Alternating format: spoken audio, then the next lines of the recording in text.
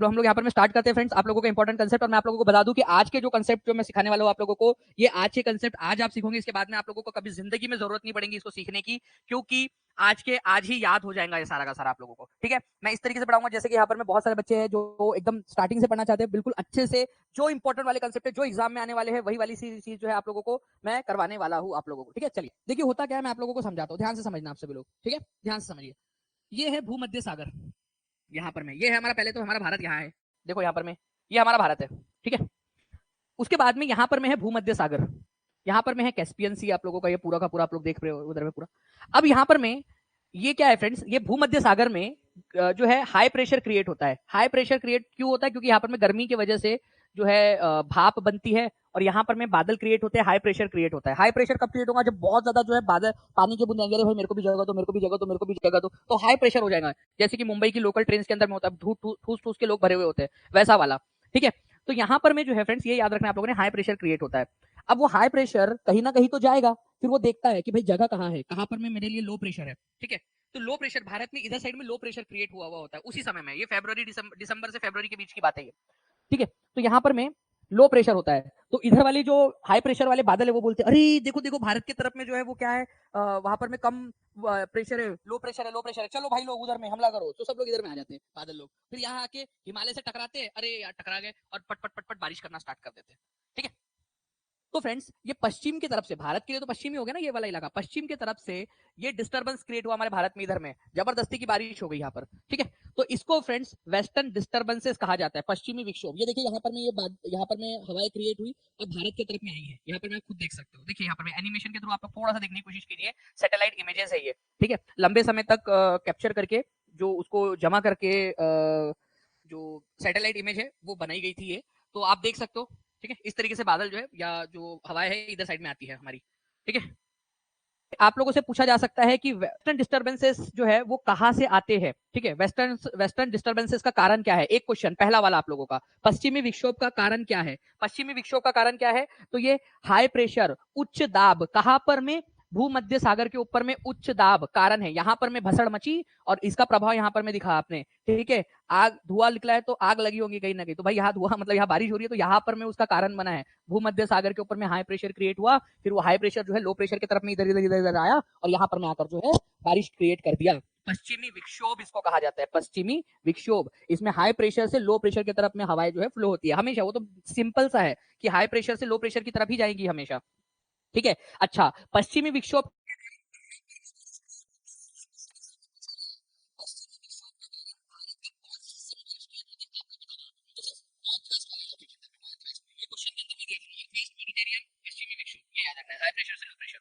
इस तरीके से आप थोड़ा सा इसको देखने की कोशिश कीजिए यहाँ पर में। ठीक है, और एक इमेज और दिखा देता हूँ आप लोगों को, हमारी पृथ्वी इस तरीके से है ना, तो ये भूमध्य सागर, ठीक है, यहाँ पर में कैस्पियन सी है, उधर साइड से यहाँ पर में आता है आपका। ठीक है, नॉर्थ वेस्ट वाले इलाके में, नॉर्थ वेस्ट के अंदर में वेस्टर्न डिस्टर्बेंसेस दिसंबर से फरवरी के बीच। तो सुंदरबन आप लोगों को कहां पर में मिलेगा, देख लो, पहली बात तो ये भारत है हमारा, यहाँ पर में पश्चिम बंगाल और बांग्लादेश ये यहाँ पर में मिलेंगे आपको, इस इलाके के अंदर में, यहाँ पर में इस इलाके में। ठीक है, इसको थोड़ा सा जूम आउट करके हमने जूम इन करके यहाँ पर में देख लिया है। ये देखिए ये वाला इलाका जो है ना, ये वाला, इसको यहाँ पर में आप देखोगे तो डेल्टा का मतलब होता क्या है पहले वो समझो। जब नदी, ठीक है, जब कोई नदी समुद्र में मिलने वाली होती है उससे पहले, ठीक है, वो कई सारी वितरिकाओं में बट जाती है, कई सारी वितरिकाओं में बट जाती है। ठीक है, इस प्रकार से, तो कई सारी जब ये वितरिकाओं में बट जाती है इसी को कहा जाता है डेल्टा। नदी समुद्र में मिलने से पहले जब कई सारी डिस्ट्रीब्यूटरीज में वितरित हो जाती है, बट जाती है, उसी को कहा जाता है वितरिका, आप लोगों का डिस्ट्रीब्यूटरीज। ठीक है, तो आप लोगों ने डेल्टा वाला कंसेप्ट भी समझ लिया। अब आते हैं एनसीईआरटी के ऊपर में। ठीक है, यहां पर मैं आप देखिए फ्रेंड्स, आपके लिए कितना इन डेप्थ एनालिसिस किया गया है टीचिंग परीक्षा की टीम के द्वारा। सुंदरी जो है एक नाम का पेड़ है, ठीक है, एक क्या है, पेड़ का नाम है।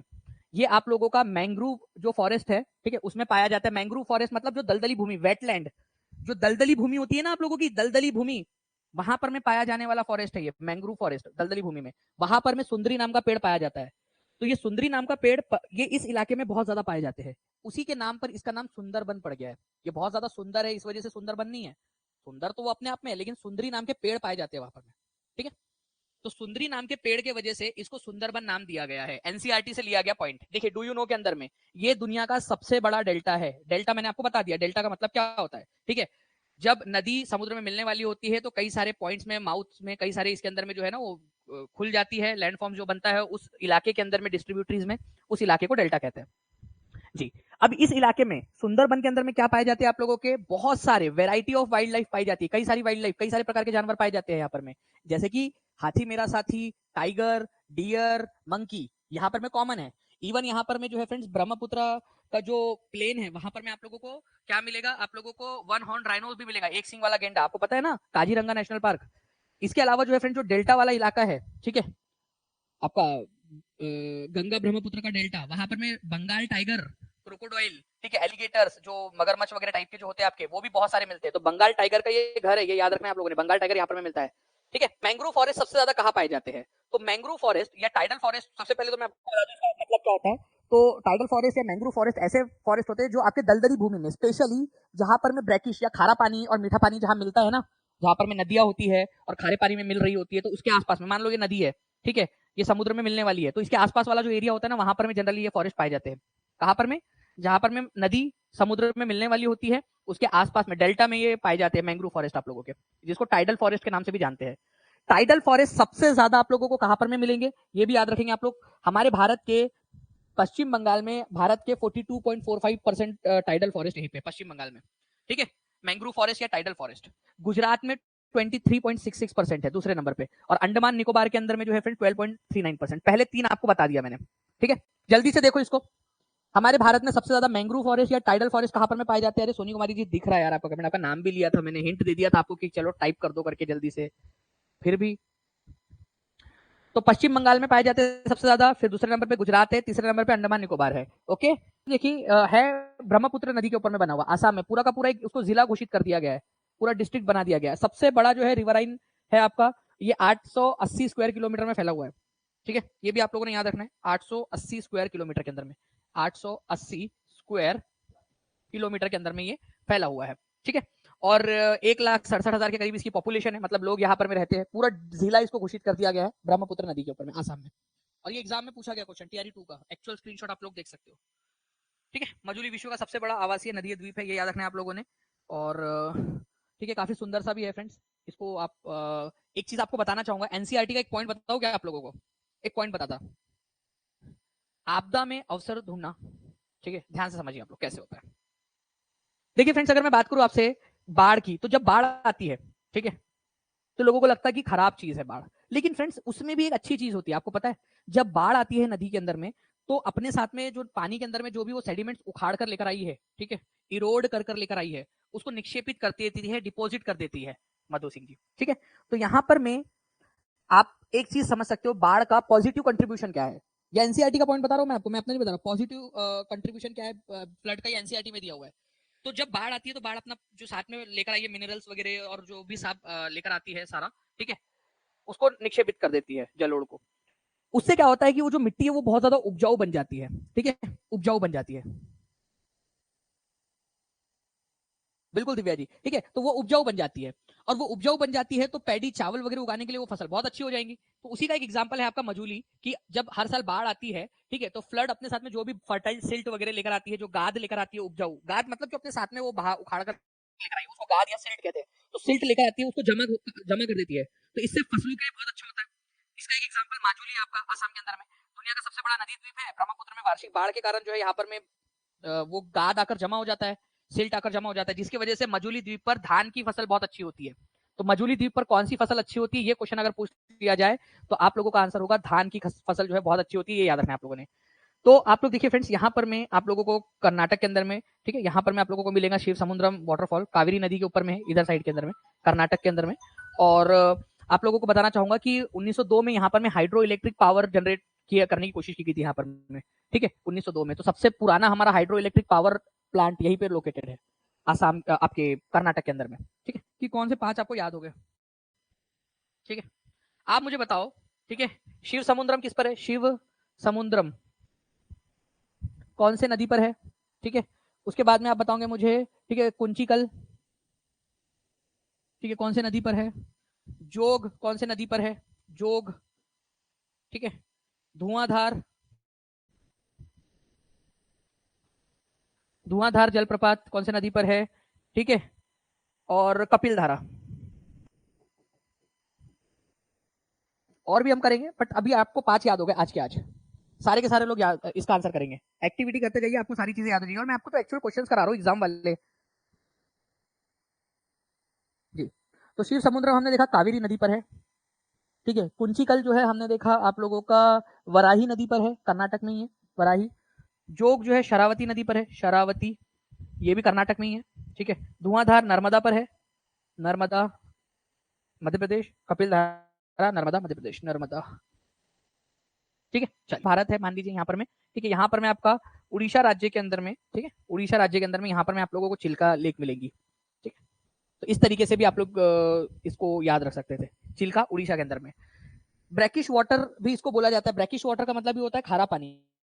दूसरे नंबर पे आती है आप लोगों की फ्रेंड्स पुलिकट लेक, पुलिकट झील।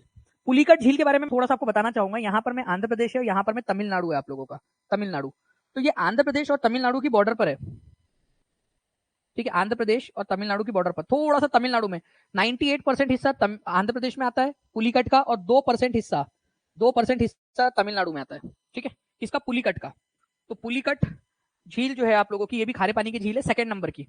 दूसरे नंबर की सबसे बड़ी पुलिकट है आंध्र प्रदेश में 98% और 2% तमिलनाडु के अंदर में। को याद रखना ये मेघालय आप लोगों का पूरा का पूरा। यहाँ पर में गारो हिल्स है, ठीक है। यहाँ पर में गारो, यहाँ पर में है खासी हिल्स, और ये है जयंतिया हिल्स। गारो, खासी और जयंतिया, ठीक है। एक बार बड़े इसमें भी लिख देता हूँ आप लोगों के लिए, गारो, खासी और जयंतिया। तो ये जो खासी हिल्स है आप लोगों की, खासी पहाड़ियां, वहां पर में आप लोगों को जो है मानसीन राम और चेरापूंजी दोनों मिलेंगे, ठीक है। तो दुनिया का सबसे जो ज्यादा बारिश वाला एरिया है मानसीन राम, वो यहीं पे आपको मिलेगा, मेघालय के अंदर में। हाईएस्ट एनुअल रेनफॉल यहीं पर होती है, पूरी दुनिया की सबसे ज्यादा वर्षा। यूनेस्को की ना 2 चीजें होती है, एक तो यूनेस्को वर्ल्ड हेरिटेज साइट होती है, जो कि भारत में 42 है अभी, और एक होता है UNESCO biosphere reserve network, world network of biosphere reserve. मतलब जो भी जैविक विविधता वाले, जो जैव विविधता वाले केंद्र होते हैं, ठीक है, उनका समूह। तो आप लोगों को बताना चाहूंगा फ्रेंड्स, हमारे भारत के अंदर में, ठीक है, टोटल 18 जैव मंडल रिजर्व है, ठीक है। बायोस्फीयर रिजर्व कितने हैं? बायोस्फीयर रिजर्व 18, बायोस्फीयर रिजर्व कितने हैं भारत के अंदर में? 18 है, 18 टोटल, 18। ये याद रखना है आप लोगों ने। नीलगिरी जैव मंडलीय आरक्षित क्षेत्र, ये आप लोगों का जो है फ्रेंड 5520 स्क्वायर किलोमीटर के क्षेत्र के अंदर में फैला हुआ है आप लोगों का, सबसे पुराना। तो ये क्वेश्चन, मार्क माय वर्ड, आप लोगों से ये क्वेश्चन पूछे जाने की प्रबल संभावना है कि ओल्डेस्ट कौन सा है, ओल्डेस्ट, ठीक है, ओल्डेस्ट सबसे पुराना, ठीक है। तो नीलगिरी जैव मंडलीय आरक्षित क्षेत्र आपका सबसे पुराना है तमिलनाडु, केरल और कर्नाटक के अंदर में फैला हुआ है ये, ठीक है। तमिलनाडु, केरल, कर्नाटक के अंदर में।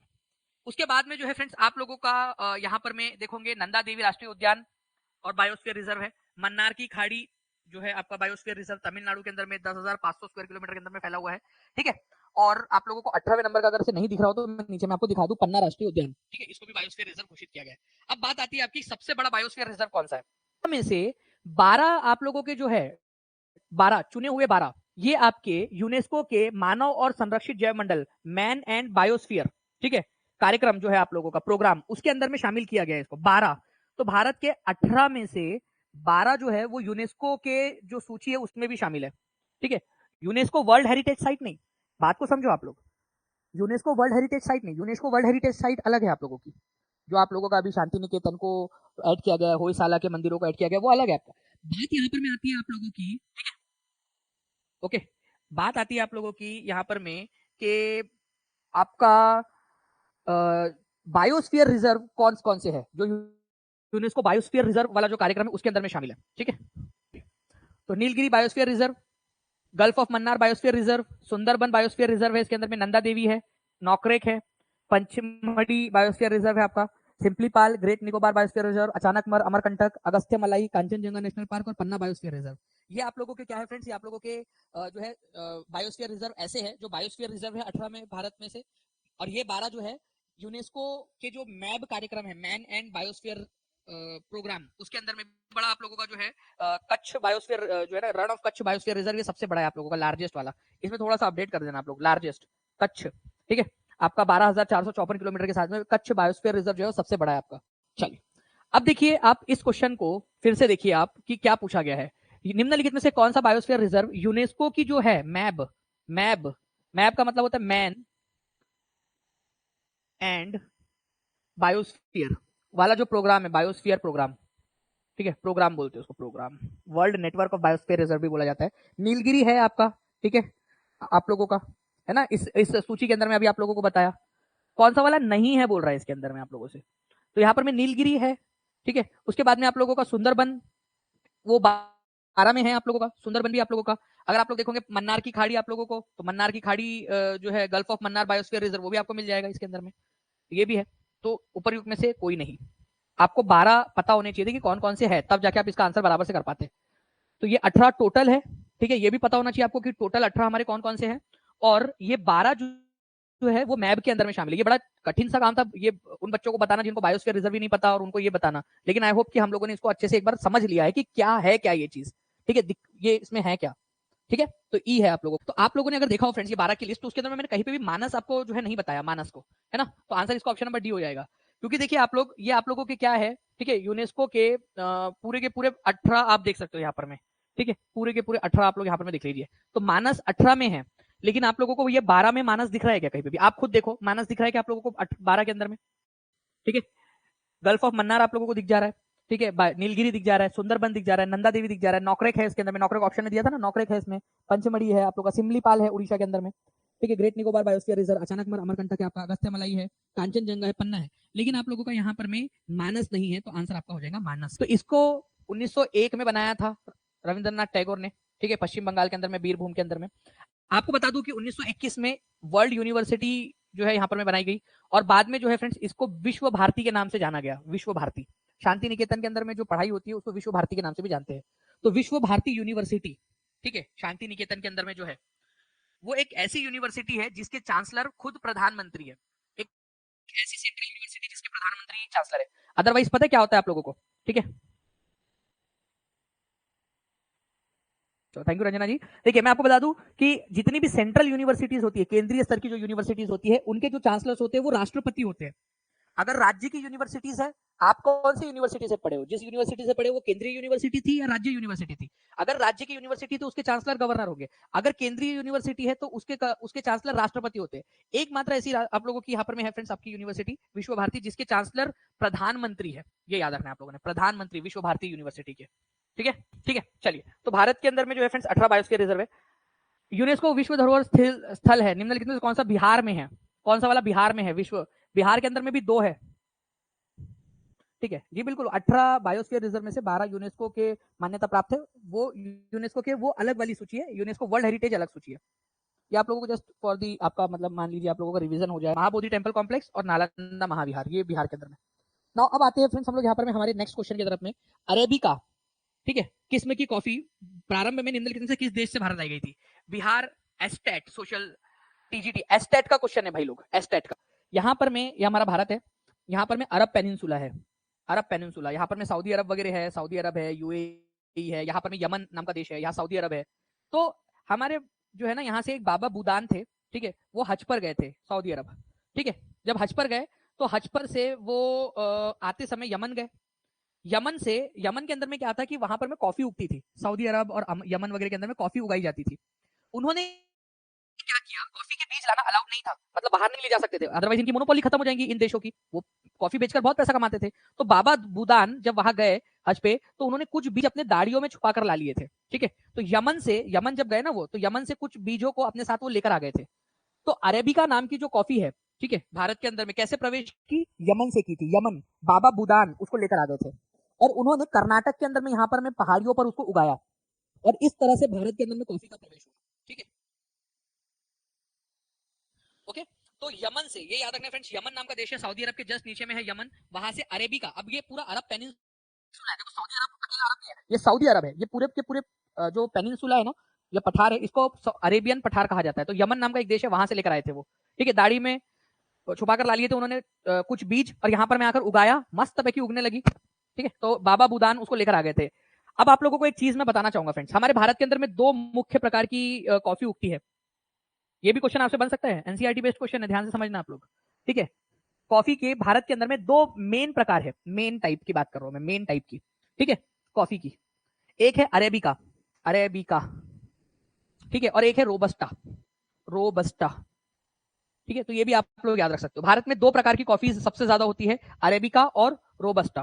तो इसको थोड़ा सा याद रख लेना आप सभी। भारत के अंदर में कहां पर में ये उगाई गई जाती है और आज भी उगाई जाती है कर्नाटक के अंदर में, ठीक है। तो अरेबिका और रोबस्टा भारत में दो प्राथमिक प्रकार की जो है फ्रेंड्स, ये याद रखना आप लोगों ने। इसमें कैफीन नाम का केमिकल पाया जाता है जो आपकी उत्तेजना पैदा करता है आपके अंदर में, आप लोग जो खुश खुश फील करते हो। अब लीजिए बीपीएससी टीआरई 2.0 का प्रश्न, बताओ भाई कोई बात है यहाँ पर में, ठीक है। कितना बढ़िया सा क्वेश्चन आपका बन गया यहाँ पर में। Arabica coffee was initially cultivated in India, कहां पर में उगाई गई थी, पूरी की पूरी कहानी बता दी आप लोगों को। और अब देखो अब कितना इजी हो गया आपके लिए क्वेश्चन, आंसर हो जाएगा बाबा बुदान की पहाड़ी, ठीक है। कहां पर में है ये बाबा बुदान की पहाड़ी, कर्नाटका में है, कर्नाटका में।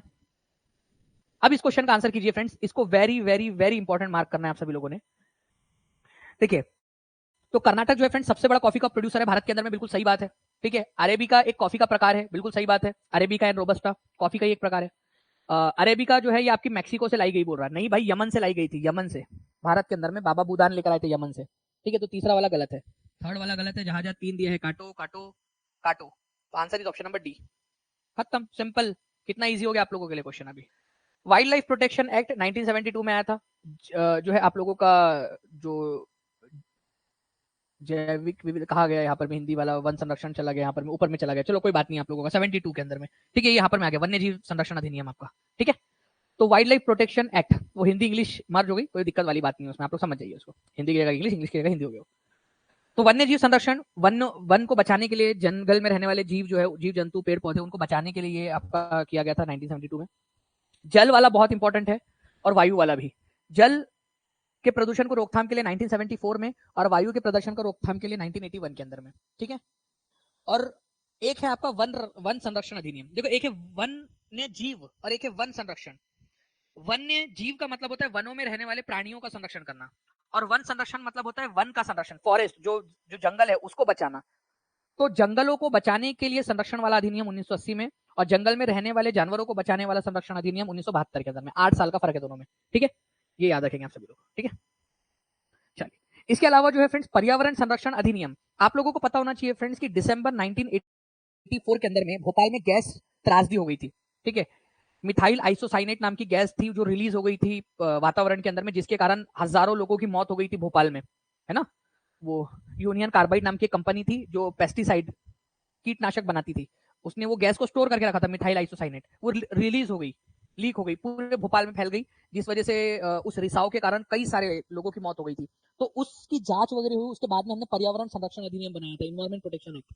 तो उसी के रिस्पॉन्स में बनाया गया था 2 साल बाद 1986 के अंदर में पर्यावरण संरक्षण अधिनियम, ठीक है। ये भी आप लोग थोड़ा सा याद रख लोगे। बाकी फ्रेंड्स बायोलॉजिकल डाइवर्सिटी एक्ट जो है ये भी पूछा जा सकता है आप लोगों से। बायोलॉजिकल डाइवर्सिटी मतलब अलग अलग तरह की, एक जैसे सभी होनी चाहिए कि सारे एक जैसे पौधे, एक जैसे इंसान, नहीं ना, अलग अलग भिन्नताएं होनी चाहिए, डाइवर्सिटी होनी चाहिए। तो बायोलॉजिकल डाइवर्सिटी मतलब भिन्नताएं, विभिन्नताएं, विविधता, ठीक है। उसके लिए एक एक्ट बनाया गया था 2002 में, बायोलॉजिकल डाइवर्सिटी एक्ट 2002,